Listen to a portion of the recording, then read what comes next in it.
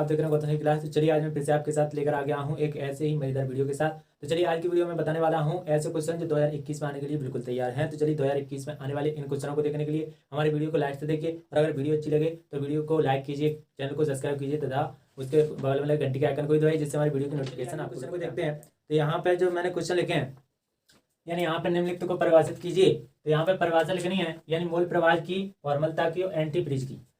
यानी यहाँ पे 3 क्वेश्चन है। ये क्वेश्चन 2020 में बिल्कुल आ सकते हैं। तो यहाँ पे 2020 के लिए, वो 2021 के लिए है, 2021 में आ सकते हैं। यानी यहाँ पे मूल प्रवाह और फॉर्मलता, एंटी फ्रीज, इसकी परिभाषा आज देखेंगे बिल्कुल डिटेल में। तो यहाँ पे देखिए, पहले अपन ले लेते हैं मूल प्रवाह। पहले लेते हैं मूल प्रवाह। तो मूल प्रवाह क्या है तो सुनिए। तो यहाँ पे किसी विलयन में उपस्थित, यानी कोई विलयन है उसमें उपस्थित किसी एक घटक, यानी विलयन में 2 घटक होते हैं, एक विलेय और एक विलाय। यानी विलयन में कितने घटक होते हैं? 2। एक विलेय होता है और दूसरा क्या होता है? विलाय। विलेय और विलाय 2 घटक होते हैं।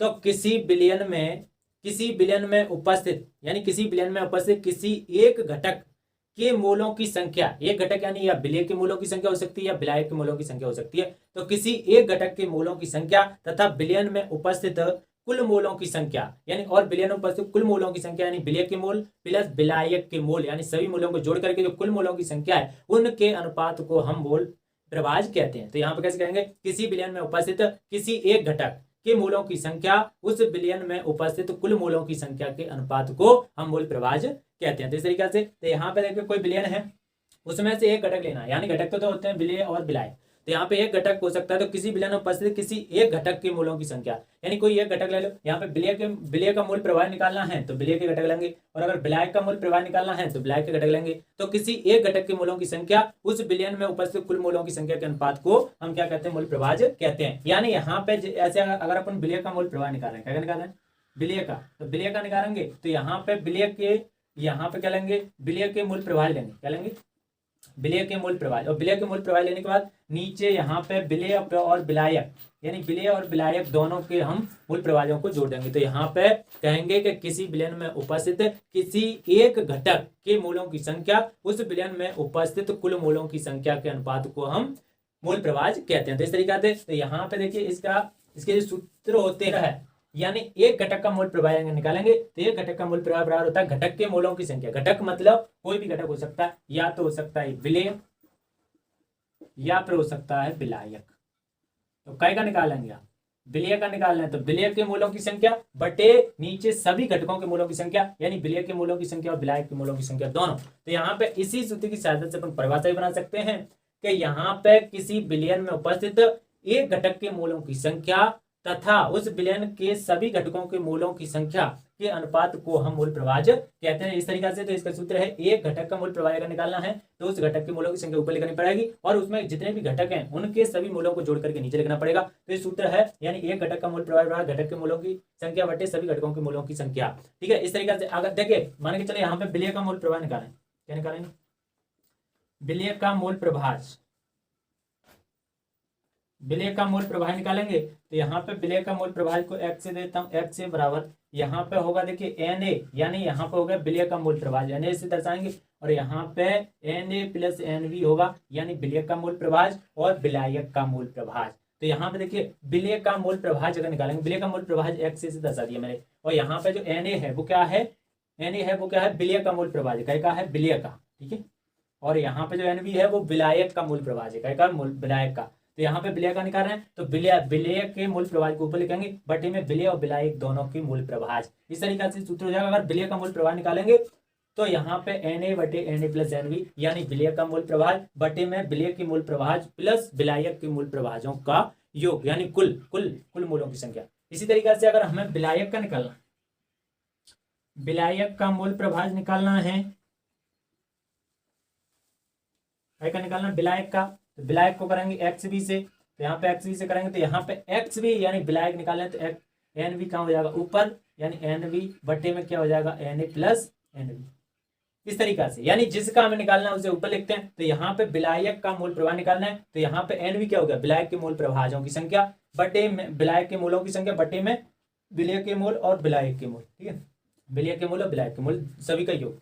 तो यहाँ पे विलायक का मूल प्रवाह निकालेंगे तो एन बी बटे एन प्लस एन बी। देखिए यहाँ पे विलय का निकाला तो एन ए, तो यहाँ पे विलायक का निकालेंगे तो एन बी, और नीचे सेम सेम यानी दोनों का योग, दोनों के मूलों का योग। ठीक है, इस तरीके से। तो यहाँ पे विलय का भी निकालने आ सकता है, विलायक का भी निकालने आ सकता है। तो इस तरीके से लगाएंगे, यानी यहाँ पे मूलों की संख्या देगा। इस तरीके से हम लगाएंगे तो यहाँ पे विलय का मूल प्रवाह है, विलायक का मूल प्रवाह है। इस तरीके से लगा और आप क्वेश्चन को हल कर सकते हो इसी तरीके से। तो एक बार और परिभाषा पढ़ के सुना देता हूँ। यानी यहाँ पे किसी विलयन में उपस्थित किसी एक घटक के मूलों की संख्या तथा उस विलयन में उपस्थित सभी घटकों के मूलों की संख्या के अनुपात को हम मूल प्रवाह कहते हैं। इस तरीके अगले उसकी ओर चलते हैं। अगला क्या है, फॉर्मलता की परिभाषा क्या है, तो सुनिए।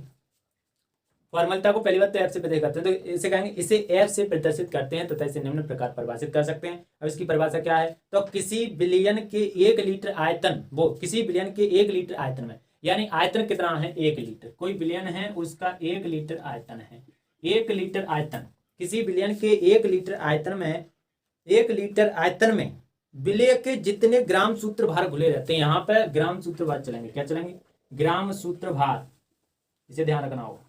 जो ग्राम सूत्र भार चलते हैं उसमें मोल चलते, अणुभार चलते, तुल्यांक पढ़े थे अपन, लेकिन इसमें पढ़ेंगे अपन क्या, ग्राम सूत्र भार। तो यहाँ पे किसी विलयन के 1 लीटर आयतन में उपस्थित विलय के ग्राम सूत्र भार, यानी जो विलय के ग्राम सूत्र भार होते हैं यहाँ पे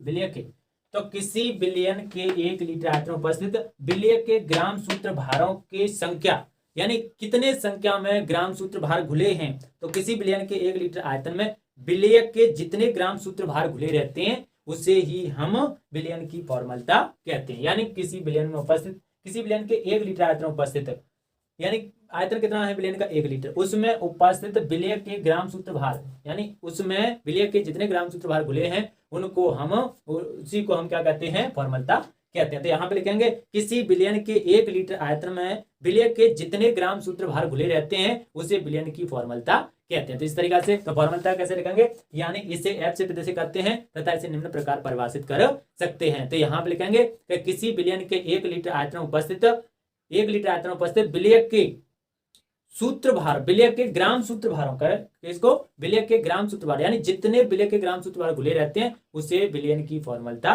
कहते हैं। तो किसी विलयन के 1 लीटर आयतन में उपस्थित विलय के जितने ग्राम सूत्र भार घुले रहते हैं उसे विलयन की फॉर्मलता कहते हैं। तो इस तरीके से फॉर्मलता की इकाई, अब यहाँ पर सुनिए, फॉर्मलता की इकाई फॉर्मल या एफ होती है। फॉर्मलता की इकाई क्या होती है, तो फॉर्मलता की इकाई होती है फॉर्मल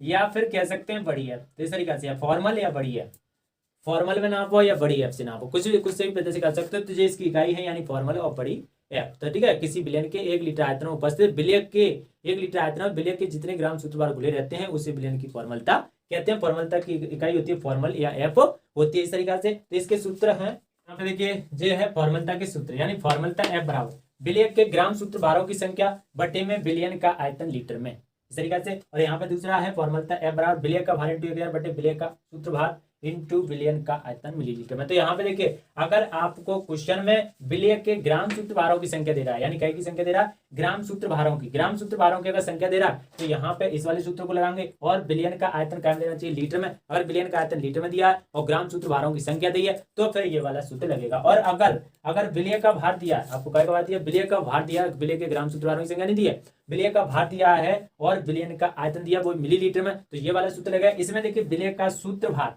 सूत्र भार हमें निकालना पड़ता है या फिर क्वेश्चन में दिया होता है। इस तरीके से अगर क्वेश्चन में नहीं दिया होगा तो हमें ये ग्राम सूत्र भार यानी सूत्र भार होते हैं वो क्या है, निकालने पड़ते हैं। तो इस तरीके से अगर क्वेश्चन में दिया होगा विलय का भार और विलयन का आयतन मिलीलीटर में, तो आपको फॉर्मलता ज्ञात करनी है तो इस वाले सूत्र को लगा सकते हैं। यहाँ पे विलय का सूत्र भार अब आपको निकालना पड़ेगा, उसमें नहीं दिया होगा तो यहाँ पे देखिए अगला जे वाला सूत्र है, यानी जे बहुत ही इंपोर्टेंट है, इससे ही सवाल हमारे बनते हैं जहां तरीका थे। तो फॉर्मलता बराबर विलय का भार इंटू 1000 बटे विलय का सूत्र भार इंटू विलयन का आयतन मिलीलीटर में, इस तरीका से। तो इससे कुछ बनते हैं, तो इस सूत्र को ध्यान से याद कर लें। तो ये है फॉर्मलता। इसके बाद अगला उसकी ओर बढ़ते हैं। तो अगला है हमारे पास एंटीफ्रिज क्या होते हैं। तो देखिए एंटीफ्रिज क्या होते हैं, ये इकाइयों में नहीं आता है, लेकिन एंटीफ्रिज होता है क्या है वो मैं बताने वाला हूँ। तो देखिए एंटीफ्रिज, तो यहाँ पे ऐसे पदार्थ जिनकी उपयुक्त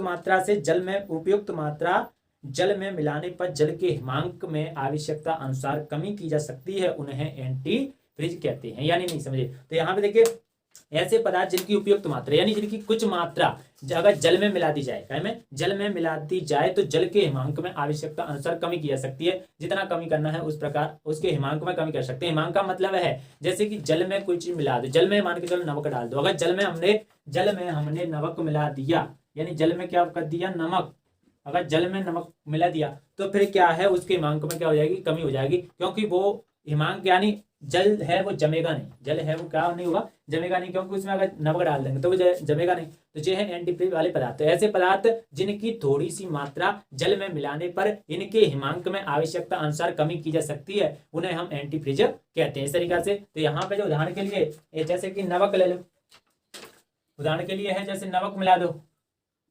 जैसे नमक, और या फिर ले लेते हैं इथिलीन, या फिर ले लो ग्लाइकोल, इस तरीके से ग्लाइकोल।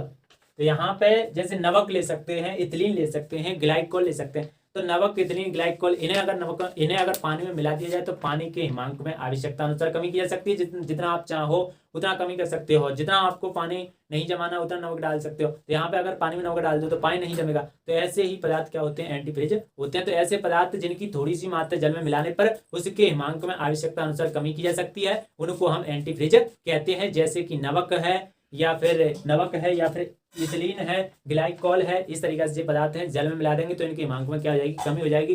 जितना मिलाओगे उतनी कमी हो जाएगी। तो इस तरीके से आप इन्हें मिला सकते हो। तो ये है एंटीफ्रीज वाले एंटीफ्रीज, यानी जी एंटीफ्रीज हैं। तो एंटीफ्रीज क्या है, सुनो एक बार और सुना देता हूँ। यानी ऐसे पदार्थ जिनकी कुछ मात्रा जल में मिलाने पर जल के हिमांक में आवश्यकता अनुसार कमी की जा सकती है, उन्हें हम एंटीफ्रीज कहते हैं। तो इस तरीके से तो ये हमने 3 क्वेश्चन आज क्लियर कराया आपको, यानी मोल प्रवाह क्लियर करा दिया, फॉर्मलता क्लियर करा दी यहाँ पे, और यहाँ पे एंटीफ्रीज भी क्लियर करा दिया। तो यहाँ पे एक चीज और मैं बताना चाहता हूँ कि यहाँ पे जो मोल प्रवाह है वो यहाँ पे जो मोल प्रवाह वाले जो क्वेश्चन है वो 2019 में भी आ चुका है और 2020 में भी आ चुका है, लगातार आया है 2019 और 20 में, और शायद संभव है कि 2021 में भी ये आ सकता है। तो 2021 के लिए इसे जरूर करके जाए, ठीक है। इसके बाद यहाँ पे फॉर्मलता भी बहुत इंपॉर्टेंट है, फॉर्मलता को भी करके जाना है। और एंटीफ्रीज, यानी ये तीनों जो हैं, मैंने ये तीनों निकाले हैं वो बहुत ही इंपॉर्टेंट है, इसलिए ही निकाले हैं। तो ये इंपॉर्टेंट है 2021 के लिए। अगर 2021 का पेपर देने जा रहे हो तो इन तीनों को बहुत जरूरी ध्यान से कर लें। और इनके अलावा भी मैंने अगली वीडियो में आपको दिखाए हैं, तो अगर अगली वीडियो आपने नहीं देखी है केमिस्ट्री की